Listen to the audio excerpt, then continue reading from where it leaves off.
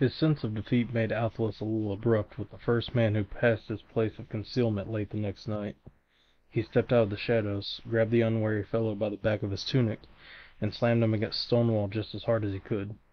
The man sagged limply in his hands, and that irritated Althalus all the more. For some reason he'd been hoping for a bit more in the way of a struggle. He let the unconscious man collapse into the gutter and quickly stole his purse. Then, for no reason he could really justify, he dragged the inert body back into the shadows and stole all the man's clothes. He realized as he walked down the dark street that what he'd just done was silly, but in some obscure way it seemed appropriate, since it almost perfectly expressed his opinion of civilization. For some reason the absurdity made him feel better. After he'd gone some distance, however, the bundle of clothes under his arm became a nuisance, so he shrugged and threw it away without even bothering to find out if any of the garments fit him. As luck had it, the city gates were open, and Althalus left Magoo without even bothering to say goodbye. The moon was almost full, so there was light enough to see by, and he struck out to the north, feeling better with every step.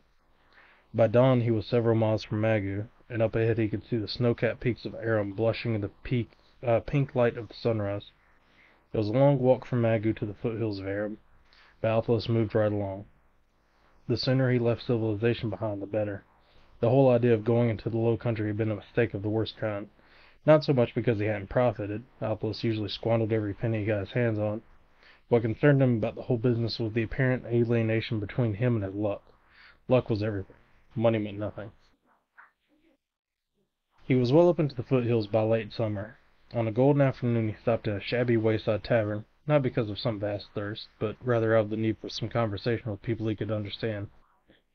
"You would not believe how fat he is," a half-drunk fellow was saying to the tavern keeper.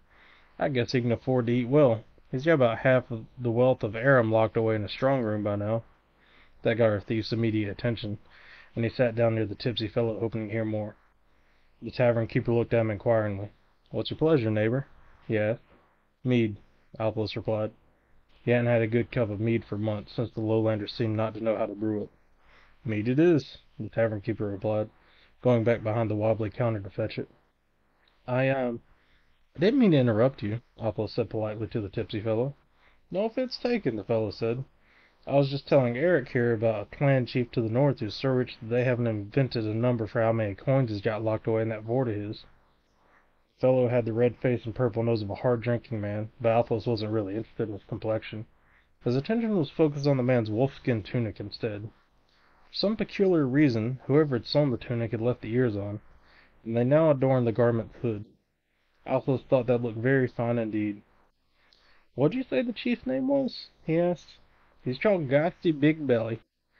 Probably 'cause the only exercise he gets is moving his jaw up and down. He eats steadily from morning to night." "From what you say, I guess he can afford it." The half-drunk man continued to talk expansively about the wealth of the fat clan chief, and Althalus feigned a great interest, buying more mead for them each time the fellow's cup ran dry. By sundown the fellow was slobbering drunk, and there was a sizable puddle of discarded mead on the floor near Althalus. Other men came to the tavern after the sun had set, and the place grew noisier as it grew dark outside. "I don't know about you, friend," Althalus said smoothly, "but all this mead's starting to talk to me. Why don't we go outside and have a look at the stars?" The drunken man blinked his bleary eyes. "Think that's a wonderful idea," he agreed. "My mead's telling me to go see some stars, too." They rose to go outside, and Althalus caught the swaying man's arm. "Steady, friend," he cautioned. Then they went outside with Althalus half supporting his drunken companion. "Over there, I think," he suggested, pointing at a nearby grove of pine trees. The man grunted his agreement and lurched toward the pines. He stopped breathing hard and leaned back against a tree. "Kinda woozy," he mumbled, his head drooping. Althalus smoothly pulled his heavy bronze short sword out from under his belt, reversed it, and held it by the blade. "Hey, friend," he said. "Hmm?" The man's face came up with a foolish expression and unfocused eyes. Althalus hit him squarely on the forehead with the heavy hilt of his sword. The man slammed back against the tree and bounced forward. Althalus hit him on the back of the head as he went by, and the fellow went down. Althalus knelt beside him and shook him slightly. The man began to snore. "Seems to have it," Althalus murmured to himself. He laid his sword down and went to work. After he had removed his new wolfskin tunic from the unconscious man, he took the fellow's purse. The purse wasn't very heavy, but his drink companion's shoes weren't too bad. The trip up from Magoo had left Althalus' own shoes in near tatters, so replacing them was probably a good idea. The snoring man also had a fairly new bronze dagger at his belt, so all in all, Althalus viewed the entire affair as quite profitable. He dragged the man farther back into the shadows, then put on a splendid new tunic and his sturdy shoes. He looked down at his victim almost sadly. So much for wealth beyond counting, he sighed. It's back to stealing clothes and shoes, I guess. Then he shrugged. Oh well, if that's what my luck wants me to do, I might as well go along with her. He half saluted his snoring victim and left the vicinity. He wasn't exactly deliriously happy, but he was in better spirits than he'd been down in the low country. He moved right along, since he wanted to be in the lands of the next clan to the north before the previous owner of his fine new tunic awakened. By mid-morning of the following day, he was fairly certain that he was beyond the reach of last night's victim, so he stopped in the tavern of a small village to celebrate his apparent change of luck. The wolf-eared tunic wasn't equal to all that unrecognizable wealth in Droger's counting house, but it was a start. It was in that tavern that he once again heard someone speak of Gossy Big Belly. "Oh, I've heard about him," he told the assembled tavern loafers. "Can't imagine why a clan chief would let his people call him by a name like that, though." "You'd almost have to know him to understand," one of the other tavern patrons replied. "You're right about how a name like that would offend most clan chiefs, but Gossy's very proud of that belly of his. He even laughs out loud when he brags that he hasn't seen his feet in years." "I've heard tell that he's rich," Althalus said, nudging the conversation around to the topic that most interested him. "He's rich, all right," another confirmed the fact. "Does Clan happen to come across a pocket of gold?" "Almost the same thing. After his father was killed in the last clan war, Gossip became clan chief. Even though most of the men in his clan didn't think none too highly of him on account of how fat he was. Gossy's got this here cousin, though, Galback, his name is.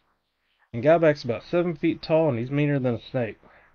Anyway, Gossy decided that a bridge across the river that runs through their valley might make things easier for him when he had to go meet with the other clan chiefs, so he ordered his men to build him one. That bridge isn't none too well made, and it's so rickety that it's as much as a man's life is worth to try across it. Let me tell you, that's not a river that a man with good sense would want to wade across. The current's so swift that it carries your shadow a good half-mile downstream. That rickety bridge is as good as any gold mine, since it's the only way to cross that river for 5 days' hard travel in either direction. And Gossy's cousin's in charge of it. Nobody who's got his head on straight crosses Galback. He charges an arm and a leg to cross, and that's how it is that Gossy's got a sizable chunk of the loose money in Aram salted away in that fort of his. "Well now," Althalus said, "how very interesting. Different lands require different approaches, and up here in the highlands of Aram, our thief's standard plan of attack had always been to ingratiate himself into the halls of men of wealth and power with humorous stories and outrageous jokes. That kind of approach obviously would not have worked in the stuffier cities of the plain, where jokes were against the law and laughter was held to be in extremely bad taste. Althalus knew that tavern stories are almost always exaggerations. Tales of Gossy Big Belly's wealth went far enough to suggest that there was probably at least sufficient money in the fat man's fort to make a journey there worth the time and effort. So he journeyed to the lands of Big Belly's clan to investigate further. As he moved north into the mountains of Aram, he occasionally heard a kind of wailing sound far back in the hills. He couldn't immediately identify exactly what kind of animal it was that was making so much noise, but it was far enough away that it posed no immediate threat, so he tried to ignore it.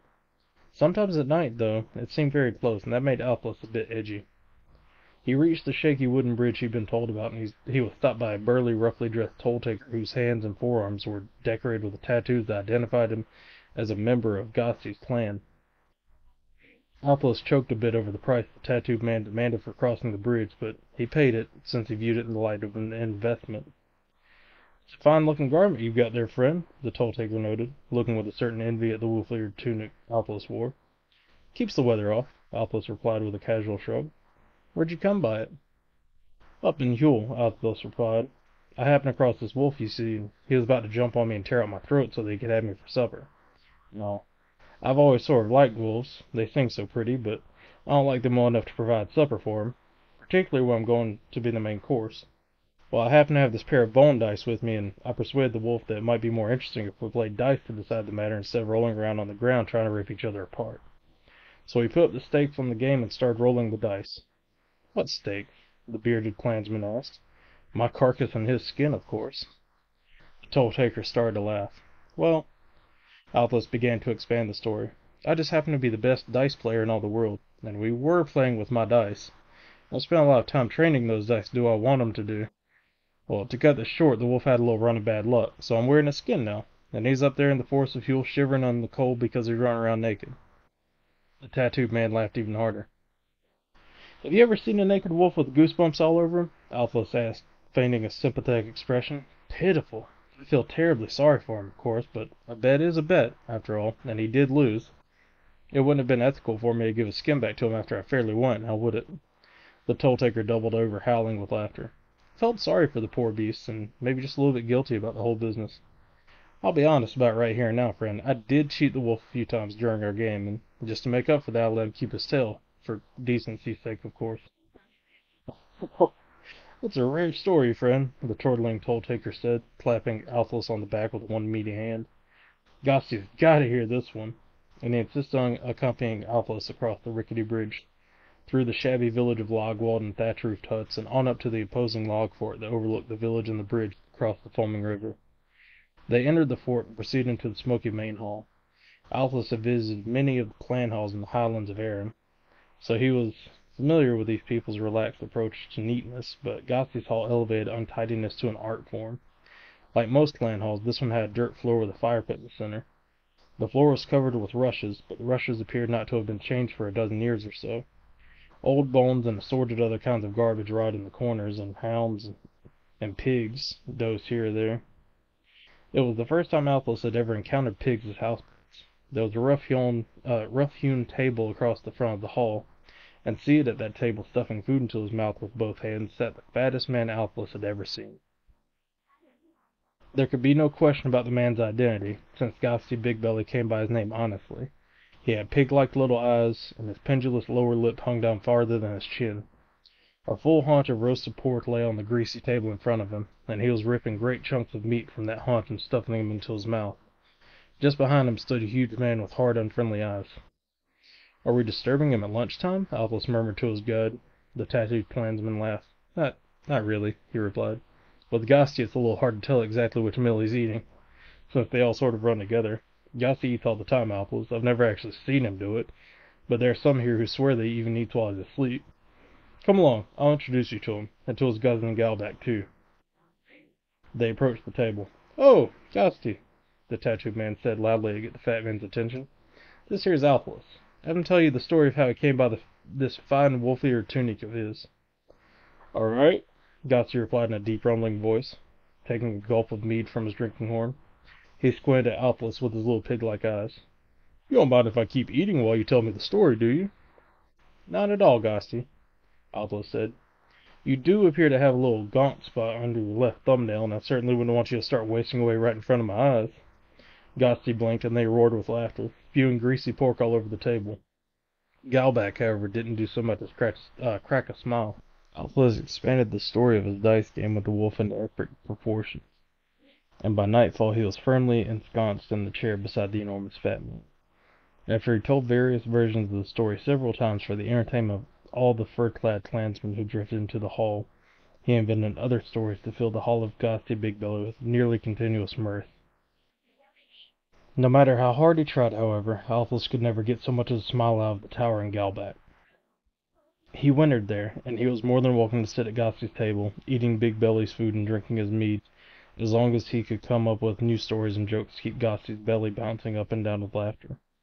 Gosty's own occasional contributions obviously bored his clansmen, since they were largely limited to boast about how much gold he had stored away in his strong room.